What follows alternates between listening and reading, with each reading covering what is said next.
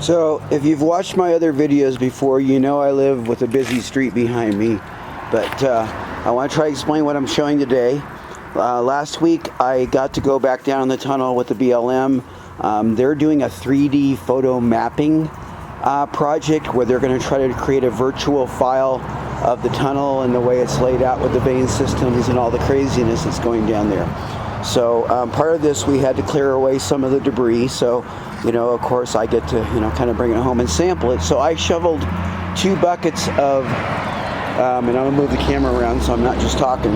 So I shoveled 2 buckets of debris from the floor into these 2 buckets. And then I took each one and poured it into each of these containers.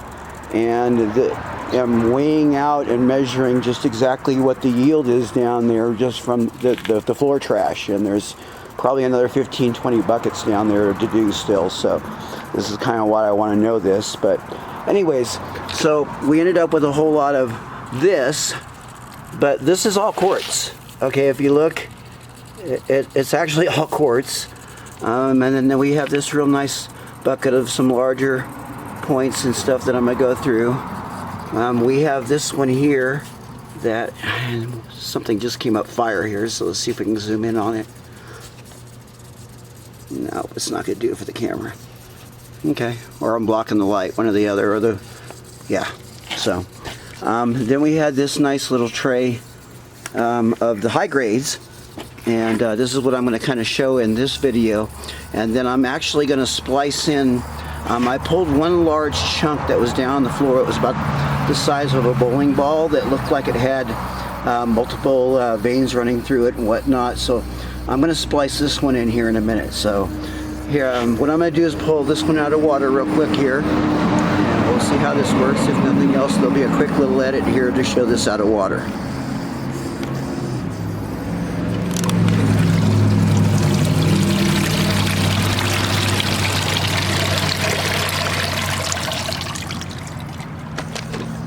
Okay, hopefully everybody didn't get too dizzy during that.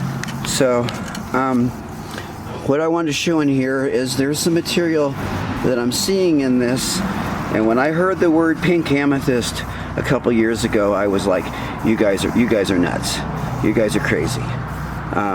It can't possibly exist.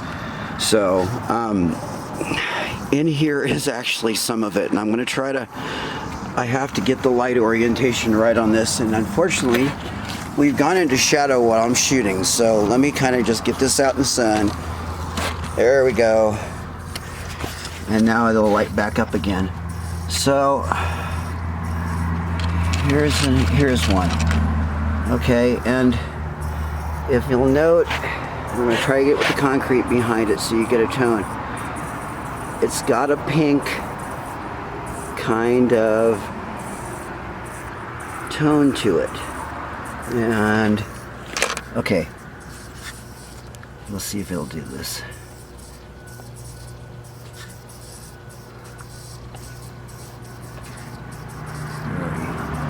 You know, the problem was sitting there looking through the one lens and trying to see another screen.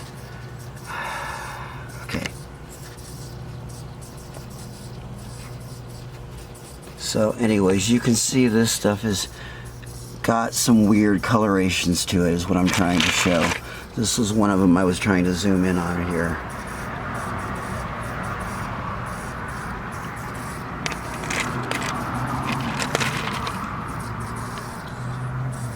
And then of course in that group was, you know, a nice little cluster. This beautiful little cluster that has some cool zoning. There's a little baby cluster. And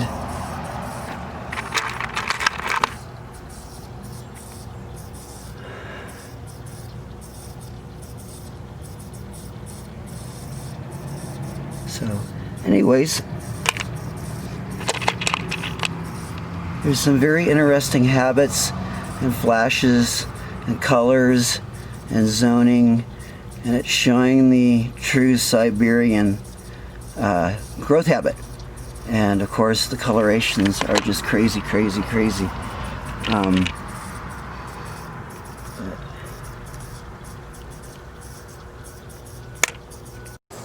Okay, so what I have here, and I had to kind of pre-focus this and figure out where it was going to end up on the camera.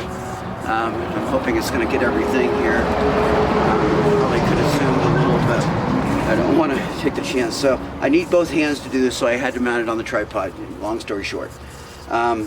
This was about the size of a bowling ball. I really wish I'd taken a video before I did this thing, but it sat around for a few days before I did anything, and I'm going to gently bring it up out of the water.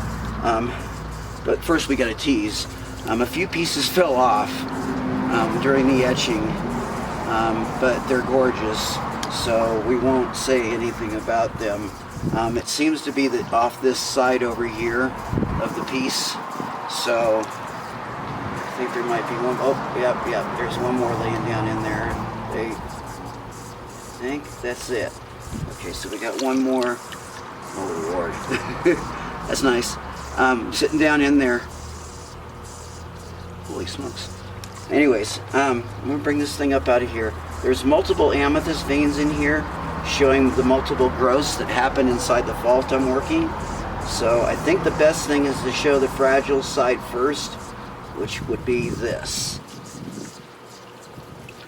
And this is sitting perched on a bunch of quartz plates that are intergrowthed with a bunch of calcites that I kind of etched away. And oh, I wish I can get in here. I'm just going to aim it at that and I'll pray it's coming out. Okay, but that is a gorgeous, gorgeous, gorgeous plate. And I'm trying to get around to show. Now, there's another plate running through the center of all of this. It is kind of a smoky, dark amethyst, and it runs right through the center of all that. And now I've got to put my hand on this very carefully because this is where it could fall apart, is when I flip it. I'm going to come back down by the water again, so that's lower. Or would you look at that? And she's suspended right now. Might need a little more work to get her out of there, but I want you to see the side I'm looking at, and this is, we get scary. Okay, here we go.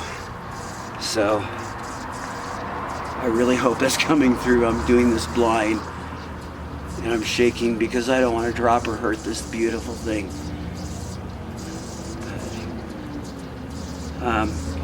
This is not for sale, in case there's any question.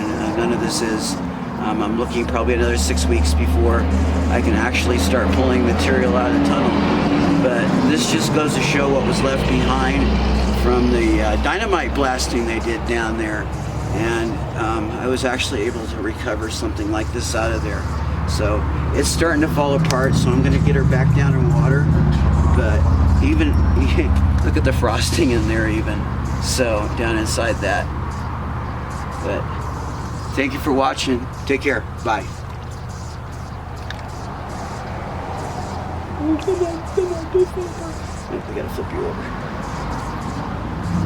Go back to where you were. There you go, baby.